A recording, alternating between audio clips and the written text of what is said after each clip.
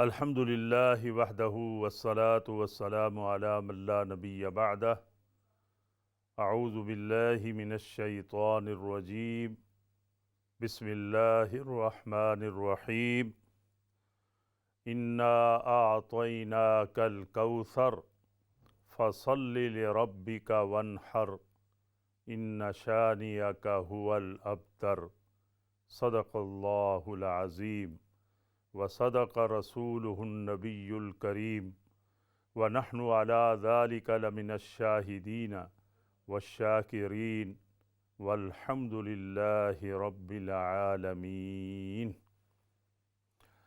برادران ملت، عزیزان اسلام، میرے قابل احترام سامعین و ناظرین حضرات، السلام علیکم ورحمۃ اللہ وبرکاتہ۔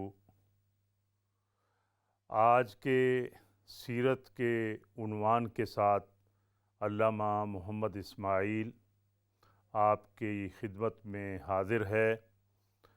الحمدللہ ثم الحمدللہ، یہ ماہ مقدس ربیع الاول ہے اور آپ کی سیرت طیبہ کا جو ہے وہ بیان چل رہا ہے۔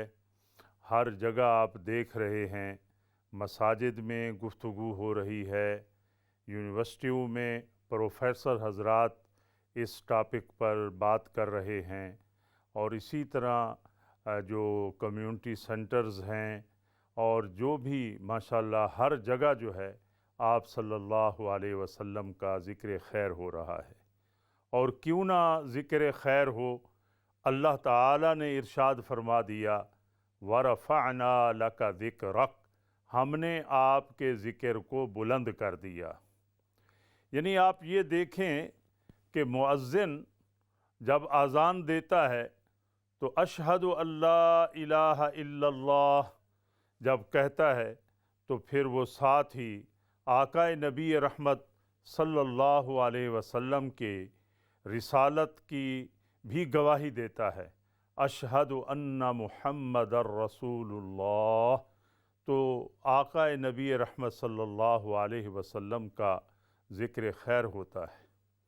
وہ نماز مکمل نہیں جس نماز میں آپ کی ذات گرامی پر درود پاک نہ پڑھا جائے۔ اللہ اکبر۔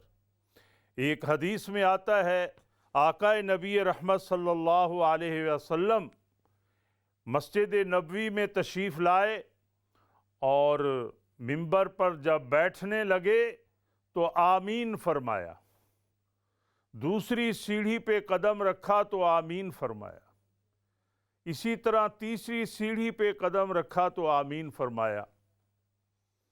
جب نماز سے فارغ ہوئے تو صحابہ کرام نے آپ سے اس بارے میں پوچھا، کیونکہ وہ جستجو رکھتے تھے، وہ علم حاصل کرنے کے لیے بےتاب رہتے تھے، اور آقا نبی رحمت صلی اللہ علیہ وسلم کے ہر عمل کو سینے میں محفوظ رکھتے تھے۔ کہا کہ آج ہم نے یہ نئی بات دیکھی ہے، آپ نے پہلی سیڑھی پہ قدم رکھا ہے تو آمین کہا ہے، دوسری پہ بھی اور تیسرے پہ بھی۔ اس کی کیا وجہ ہے؟ ہم علم حاصل کرنا چاہتے ہیں تو آپ نے ارشاد فرمایا، جبریل امین آئے، فرمایا کہ وہ آدمی ہلاک ہو اور وہ آدمی جو ہے اللہ کی رحمت سے محروم رہے جس مجلس میں میرا تذکرہ آئے اور اس میں پھر درود شریف جو ہے وہ نہ پڑھا جائے۔ اللہ اکبر۔ تو اس لیے کم از کم ہر جو ہے سننے والے کو صلی اللہ علیہ وسلم ضرور کہہ دینا چاہیے، تاکہ درود پاک کی جو برکت ہے اس کے فیض کو ہم حاصل کر سکیں۔ تو بات چل رہی ہے آپ صلی اللہ علیہ وسلم کے سیرت کے حوالے سے۔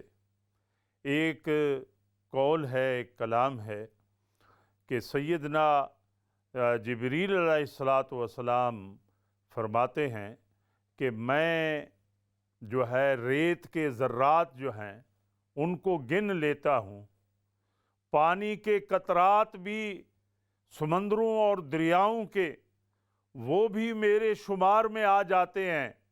اللہ اکبر۔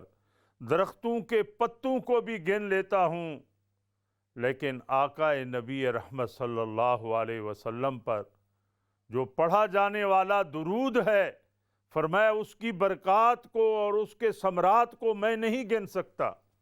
اللہ اکبر۔ کیونکہ خود اللہ تعالیٰ نے ارشاد فرما دیا ہے، ان اللہ و ملائکتہ یصلون علی النبی یا ایھا الذین آمنوا صلوا علیہ وسلموا تسلیما۔ جب اللہ رحمتیں بھیجتا ہے تو پھر اس رحمت کی انتہا کتنی ہے؟ کون ہے جو ان برکات کو گن سکے، اس ثمرات کو گن سکے؟ تو درود شریف جو ہے یہ بہت بڑی عبادت ہے، اور خاص طور پر جمعرات یعنی تھرسڈے اور فرائیڈے اس کا کثرت سے اہتمام کرنا چاہیے، عصر کے بعد خاص طور پر۔ اور جو شخص درود شریف پڑھتا رہتا ہے، اللہ تعالیٰ اس کو یہ نعمت عطا کرتے ہیں کہ آقا نبی رحمت صلی اللہ علیہ وسلم کی خواب میں زیارت ہو جاتی ہے، اور یہ ایمان ہے ہمارا۔ اور حدیث پاک میں بھی آتا ہے کہ اگر آپ تشریف لاتے ہیں خواب کے اندر تو وہ خواب سچا ہوتا ہے، کیونکہ کوئی شخص، کوئی ہستی آپ کی صورت میں پیش نہیں ہو سکتی، تو اس لیے وہ خواب سچا ہوتا ہے۔ تو میں بہن بھائیوں سے درخواست کروں گا کہ وہ درود شریف کثرت سے پڑھا کریں۔ پیارے پیغمبر صلی اللہ علیہ وسلم کے احسانات جو ہیں وہ ہم ان کا بدلہ نہیں دے سکتے۔ سب سے بڑی جو ہدایت ہمیں ملی ہے وہ آپ سے ملی ہے۔ اللہ اکبر۔ قُل لَا تَمُنُّوا عَلَيَّ إِسْلَامِكُمْ بَلِ اللَّهُ يَمُنُّ عَلَيْكُمْ أَنْ هَدَاكُمْ لِلْإِيمَانِ۔ قرآن کریم کو پڑھیں ذرا۔ فرمایا تم احسان نہ جتلاؤ کہ ہم ایمان والے ہیں، ہم مسلمان ہیں اور ہم اسلام کے ٹھیکیدار بنے بیٹھے ہیں۔ فرمایا کہ اللہ کا یہ احسان ہے تم پر جس نے تمہیں ایمان کی دولت عطا کی ہے، اسلام کی دولت عطا کی ہے۔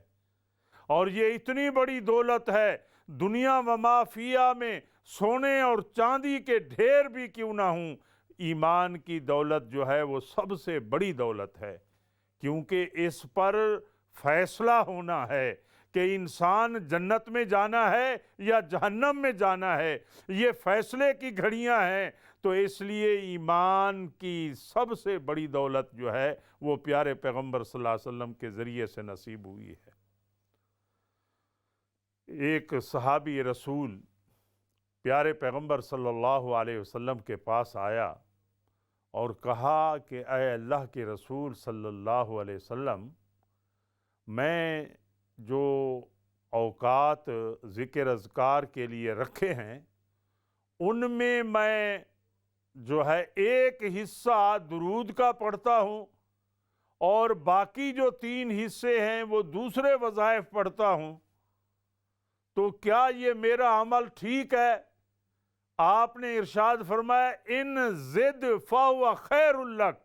غور فرمائیے، فرمایا اگر تو درود کو زیادہ ٹائم دے تو یہ تیرے حق میں بہتر ہے۔ تو اس صحابی رسول نے کہا کہ میں آدھا حصہ اپنے وقت کا درود کو دوں گا اور آدھا حصہ دوسرے ذکر اذکار میں جو ہے وہ صرف کر دوں گا۔ آپ نے ارشاد فرمایا ان زد فہو خیر لک، اگر درود کو زیادہ ٹائم دے تو تیرے لیے بہتر ہے۔ اللہ اکبر، اللہ اکبر۔ تو انہوں نے کہا کہ اے اللہ کے رسول صلی اللہ علیہ وسلم، میں 3 حصے اپنے اوقات کے درود پہ سپینڈ کروں گا اور ایک حصہ جو ہے دوسرے وظائف پڑھوں گا، تیسرا کلمہ ہے اور اسی طرح لا الہ الا اللہ ہے، آیہ کریمہ ہے، سورہ فاتحہ ہے، سورہ اخلاص ہے، دوسرے جو اعمال ہیں، استغفار ہے، میں اس پہ لگاؤں گا۔ آپ نے ارشاد فرمایا ان زد فہو خیر لک، اگر اور بھی تو ٹائم دے درود کے لیے تو یہ تیرے لیے بہتر ہے۔ اللہ اکبر۔ تو انہوں نے کہا اے اللہ کے رسول میں پھر سارا وقت درود شریف پہ ہی لگاؤں گا۔ آپ نے فرمایا جو کچھ تم کہہ رہے ہو، جو کچھ تم کہہ رہے ہو، فرمایا اگر تم نے ایسا کیا تو دنیا بھی تیری بدل جائے گی، سنور جائے گی، اور آخرت بھی تیری کامیاب ہو جائے گی۔ اللہ اکبر۔ یعنی یہ دین و دنیا کی فلاح کا یہ نسخہ ہے، نسخہ کیمیا ہے۔ آئیے میری بہنیں، ہم کتنا درود شریف پڑھتے ہیں آپ پر۔ عجیب میرے سامنے واقعات آتے ہیں، بڑے بڑے اہل اللہ گزرے ہیں، بڑے ولی کامل گزرے ہیں، ایک ایک 1000 مرتبہ درود شریف پڑھتے تھے۔ اللہ اکبر۔ ہم سے تو ایک تسبیح بھی نہیں پڑھی جاتی۔ اللہ اکبر۔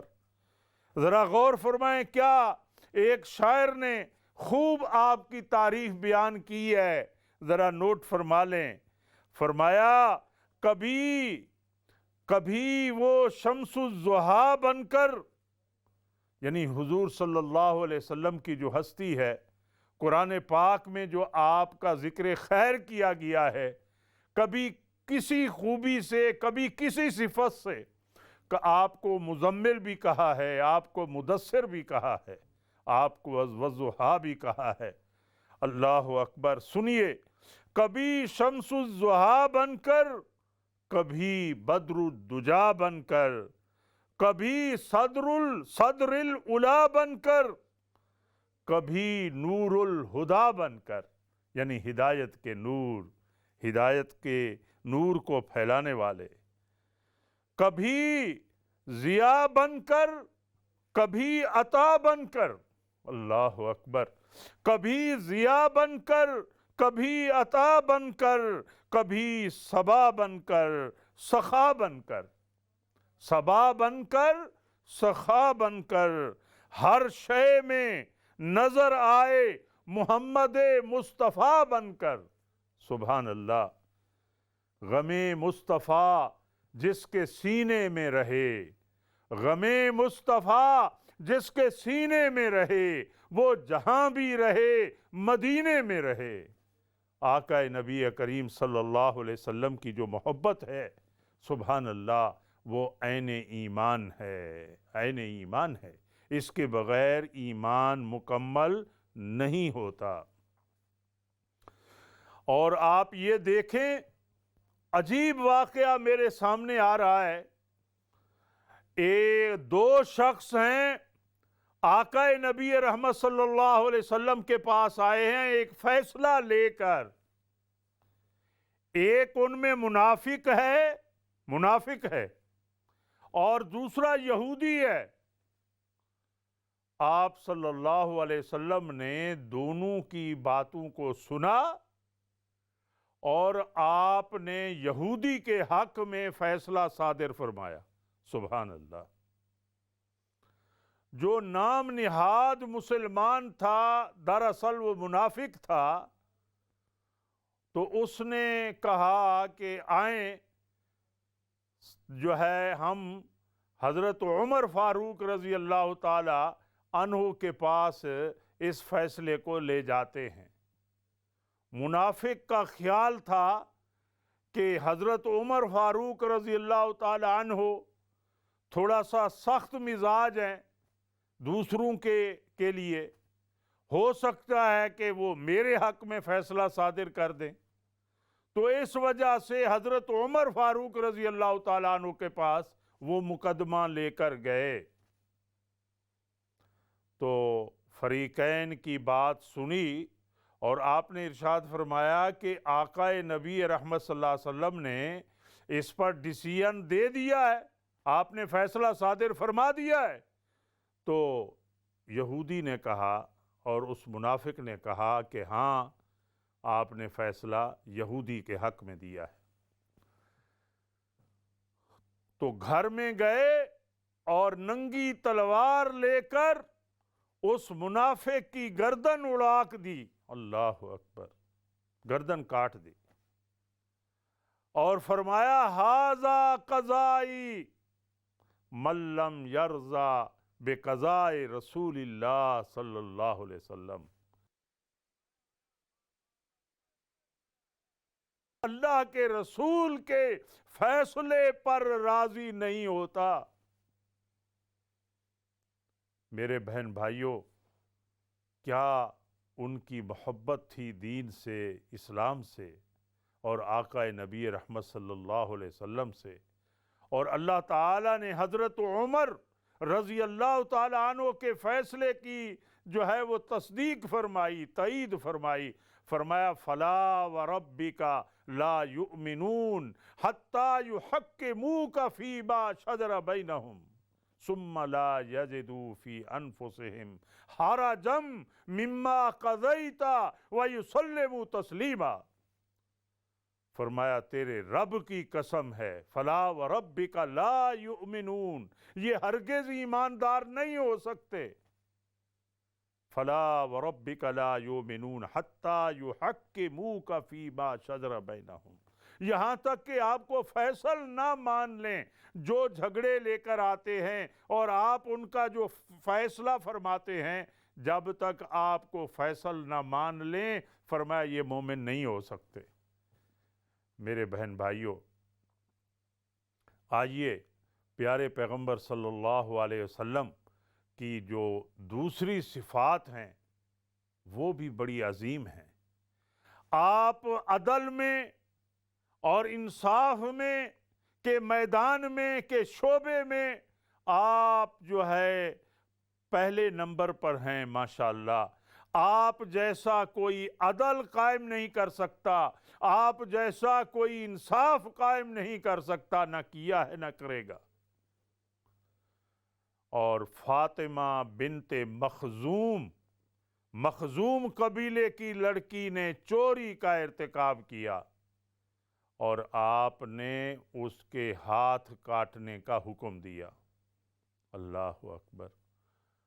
بڑے بڑے امراء آئے، بڑے بڑے جو ہے چودھری صاحبان آئے کہ یہ بڑے قبیلے کی عورت ہے اور یہ تو جو ہے ہماری بہت بری حالت ہوگی اگر اس کا ہاتھ کاٹ دیا گیا، اور کچھ نے سفارش کرانے کی بھی کوشش کی۔ تو پیارے پیغمبر صلی اللہ علیہ وسلم نے ارشاد فرمایا مجلس کے اندر، فرمایا جو فیصلہ ہے وہ فیصلہ پورا سرزد ہوگا اور فیصلے پر عمل درآمد ہوگا۔ فرمایا تم اس فاطمہ بنت مخزوم کی بات کرتے ہو، فرمایا لو سرقت فاطمہ بنت محمد لقطعت یدہا۔ اللہ اکبر۔ اگر فاطمہ بنت محمد صلی اللہ علیہ وسلم اگر اس سے چوری کا ارتکاب ہوتا،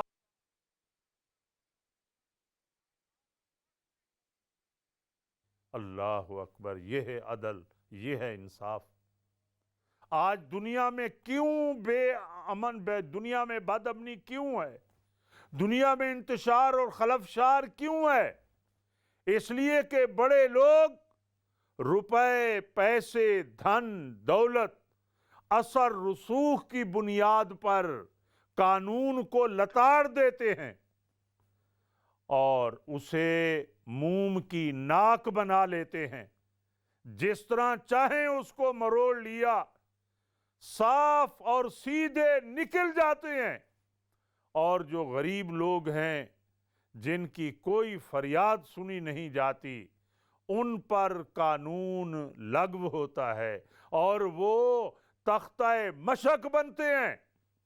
میرے بھائیوں، اس قرآن کیا کہہ رہا ہے؟ وَلَا يَجْرِمَنَّكُمْ شَنَآنُ قَوْمٍ عَلَىٰ أَلَّا تَعْدِلُوا اعْدِلُوا هُوَ أَقْرَبُ لِلتَّقْوَىٰ۔ فرمایا نہ کسی قوم کی دشمنی تمہیں اس بات پر مجبور کر دے کہ تم جو ہے ناانصافی کرنے لگ جاؤ، کسی رشتہ دار کو بچا لو، بیٹے کو بچا لو، بھائی کو بچا لو قانون سے۔ فرمایا ایسا نہیں، اللہ تعدلو اعدلو ہوا اقرب للتقوی، فرمایا عدل کرو، یہی تقوی کے قریب ہے اور یہی خشیت الہی ہے۔ اور یہ تقوی سارا کا سارا دل کے اندر ہے۔ آپ نے دل کی طرف اشارہ کیا، فرمایا یشیر الی صدرہ، اللہ کا خوف دل کے اندر آئے گا تو نماز پڑھی جائے گی، اللہ کا خوف دل کے اندر آئے گا تو ترازو صحیح رہے گا، اللہ کا خوف دل کے اندر آئے گا تو ناپ تول کا نظام صحیح ہوگا، اللہ کا خوف دل کے اندر آئے گا تو ہماری گفتگو میں چار چاند لگیں گے، اخلاق آئے گا، پیار آئے گا، محبت آئے گی، مروت آئے گی، اور اسی طرح جو ہے اخوت آئے گی۔ آج ایسے لگتا ہے کہ محبت کا جنازہ نکل گیا ہے، جیسے جیسے وائرس کی وبا چلی ہے اور لاک ڈاؤن شروع ہوئے ہیں تو لوگوں نے بہانے بنا لیے ہیں، کوئی ٹیلی فون سننے کے لیے تیار نہیں ہے، کوئی کسی صاحب کو ملنے کے لیے تیار نہیں ہے۔ اللہ اکبر، ایک بہانہ بن گیا ہے۔ میرے بھائیوں، میرے عزیزوں، ہم کیوں اخلاقی اقدار کو چھوڑ رہے ہیں؟ وہ مروت، وہ اخوت، وہ محبت، اس کو کیوں چھوڑ رہے ہیں؟ آئیے پیارے پیغمبر صلی اللہ علیہ وسلم کی جو ہے وہ سیرت کا مطالعہ کریں۔ یہ جو ہے لیکن یہ یاد رکھ لیں، جو احتیاطی تدابیر ہیں وہ آپ برقرار رکھیں، گورنمنٹ کے جو قوانین ہیں ان کا خیال کریں، لیکن اخلاقی اقدار کو بالکل نہ چھوڑیں۔ آپ جو ہے وہ ماشاءاللہ رابطے میں رہیں اور بہن بھائیوں سے رابطہ رکھیں، اور یہ جو اخلاقی اقدار ہیں وہ ہم سے مٹتے جا رہے ہیں۔ پیارے پیغمبر صلی اللہ علیہ وسلم کو کوئی ملتا تھا تو آپ جو ہے وہ بڑی محبت سے پیش آتے تھے، اس وقت تک ہاتھ نہیں چھوڑتے تھے جب تک وہ آدمی خود نہ چھڑا لیتا، اور خندہ پیشانی سے ملتے تھے۔ پیارے پیغمبر صلی اللہ علیہ وسلم نے ارشاد فرمایا کہ مومن روکھا پھیکا نہیں ہوتا، مومن روکھا پھیکا نہیں ہوتا، وہ کسی سے محبت کرتا ہے یا کوئی اس سے محبت کرتا ہے، یعنی وہ نیٹ ورک میں ہوتا ہے، وہ ایک گروپ میں ہوتا ہے، اپنے بہن بھائیوں کے ساتھ، دوستوں کے ساتھ محبت سے وہ ملتے ہیں، پیش آتے ہیں، اور اسی وجہ سے آپ نے ارشاد فرمایا کہ مومن جو ہے روکھا پھیکا نہیں، اور فرمایا سب سے پہلی نشانی کیا ہے نیکی کی؟ آپ خندہ پیشانی سے اپنے بھائی کو ملیں۔ میرے بھائیوں، اگر یہ چیزیں نہیں ہیں ہمارے اندر تو ایمان کی مروت کہاں گئی؟ ایمان کی محبت کہاں گئی ہم سے؟ ایمان جو ہے وہ مروت سکھاتا ہے، محبت سکھاتا ہے۔ آپ چائنا والوں کو دیکھیں، وہ کہتے ہیں کہ اگر آپ نے دکان کھولنی ہے تو پہلے مسکرانا سیکھیں۔ چائنیز کہہ رہے ہیں کہ اگر آپ نے دکان کھولنی ہے، کوئی شاپ کھولنی ہے تو مسکرانا سیکھیں۔ تو مسلمان جو ہے وہ کیوں نہیں اس میں آگے آتے اور اپنے اخلاق کو اور زیادہ کیوں نہیں بڑھاتے؟ اللہ اکبر۔ تو پیارے پیغمبر صلی اللہ علیہ وسلم کا کیا کریمانہ اخلاق تھا، قربان جائیے۔ آپ جو ہے کس طرح لوگوں سے برتاؤ کرتے تھے، اور نہ غلاموں میں کوئی ایسا تفاوت نظر آتا ہے، نہ محکوم میں ایسا تفاوت نظر آتا ہے۔ مجلس میں بیٹھے ہیں تو معلوم نہیں ہوتا کہ محمد صلی اللہ علیہ وسلم کہاں بیٹھے ہیں، آپ اتنا گھل مل جاتے ہیں۔